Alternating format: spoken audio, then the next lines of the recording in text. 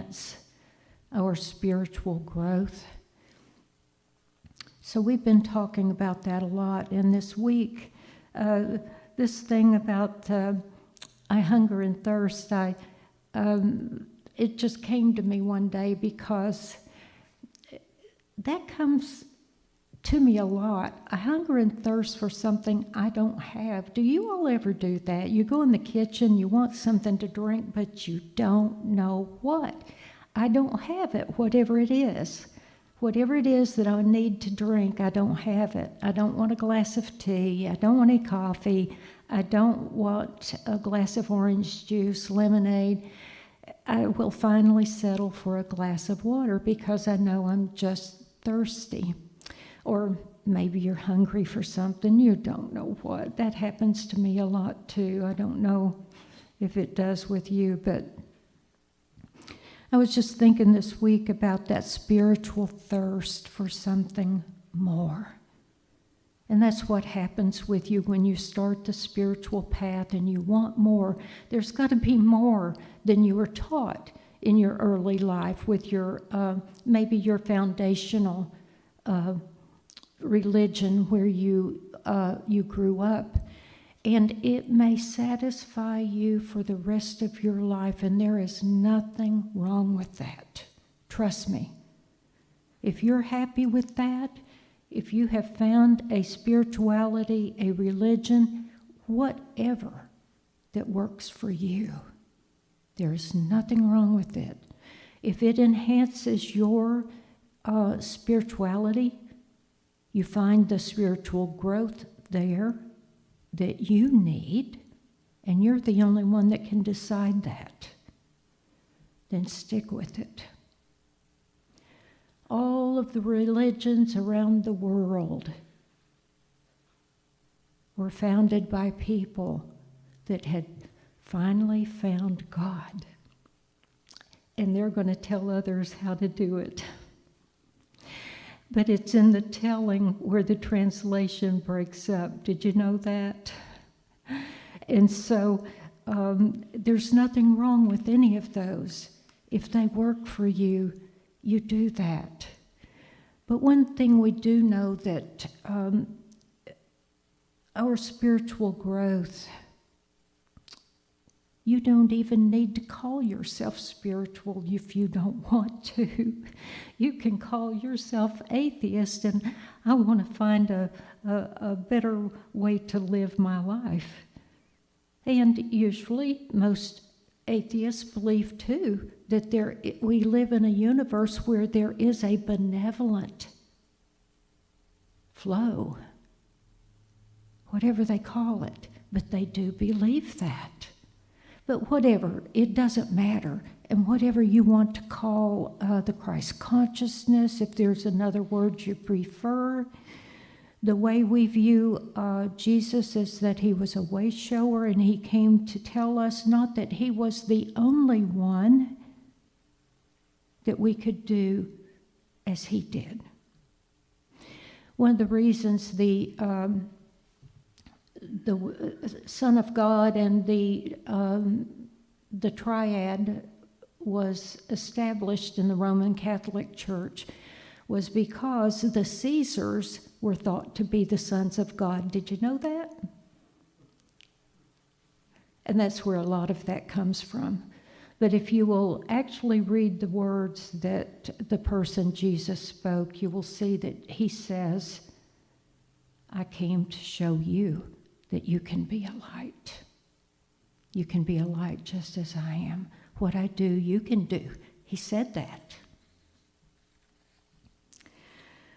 So back to my subject today, thirsting for more.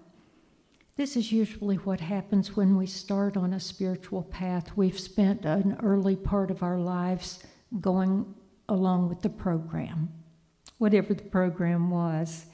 And we may have grown up in a family that was extremely religious, and you don't deviate from any of those teachings. So we still have a bit of that foundational, those boundaries within us.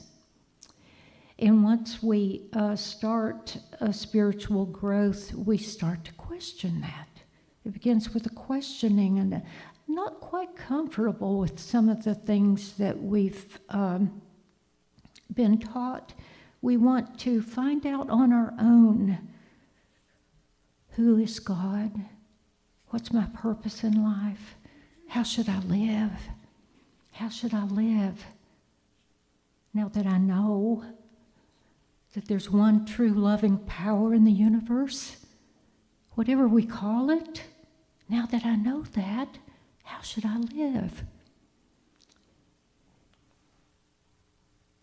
Usually with whatever you do, there are what are called rules of engagement. We don't have many here. That's one of the beautiful things about Unity, and one of the things I loved about it when I first found it was that the founders were practicing the teachings of Jesus, and they called it practical Christianity. And as the times have evolved, we understand there are a lot of other wisdom teachers, way showers too.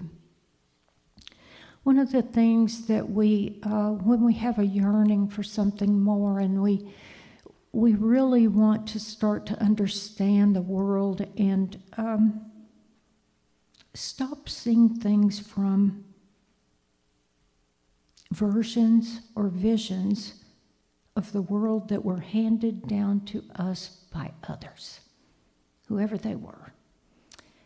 And listen, they thought they were doing the right thing. They were doing it from their hearts. They were our parents when they handed down some things that we now look at as, oh my goodness, that's kind of odd. They were coming from the right place, from their hearts. One of the things we need to recognize when we're thirsting for something more and we're looking for something is that God, the infinite spirit, love, is pure love, only love, loving energy.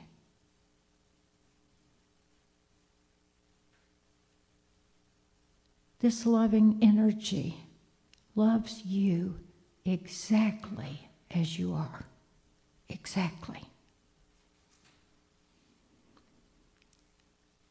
We start looking at life as a classroom and not a courtroom.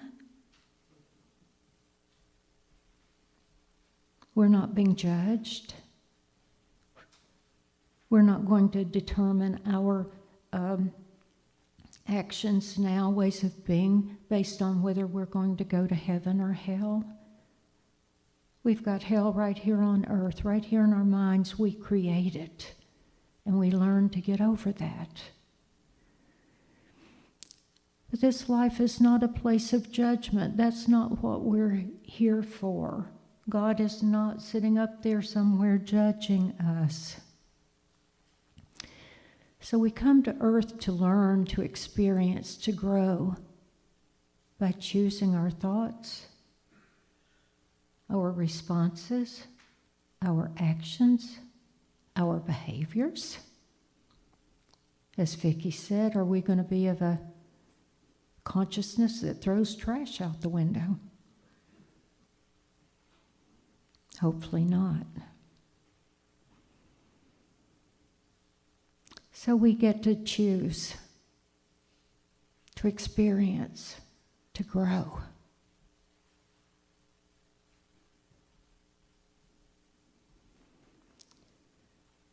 And we always have a lifeline. Always, always, always. You're not alone.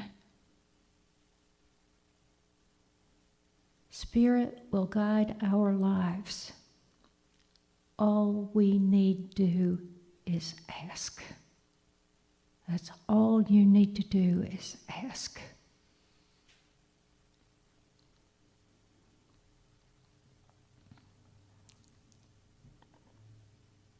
Give up distractions, negative influences as much as possible.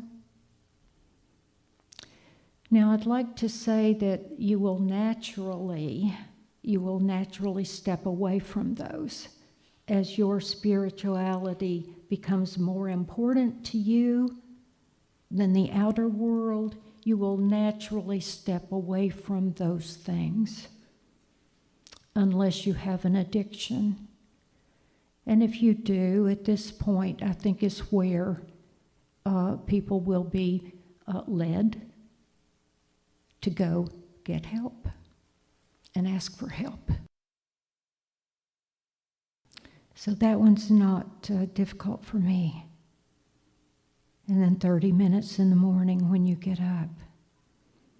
I know most of us do that. We may do it with a cup of coffee, a cup of tea, whatever. Use that 30 minutes to be still, to listen. Don't start working yet. That's what your golden hour is. Every day, wherever you are, use it wisely. Learn to love. Peel away everything that is not love. Every time you start to judge someone else, take a moment, pause, and ask how you can see them in a different light. Or maybe say a prayer.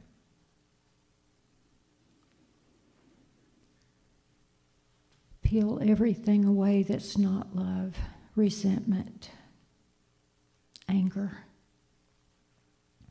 bitterness, feeling less than. All of those things, they're not love. And then remember the holiest temple on earth is right here inside of you. Oh yeah, it's wonderful to go to beautiful places, isn't it? And some places it's easier to feel the transcendent than it is others. Maybe standing on a mountaintop, standing by the water, listening to the waves. Just standing outside, listening to the birds. Do yourself a favor. Find the ways that allow you to find the light as many moments of the day as possible. Thank you for your time.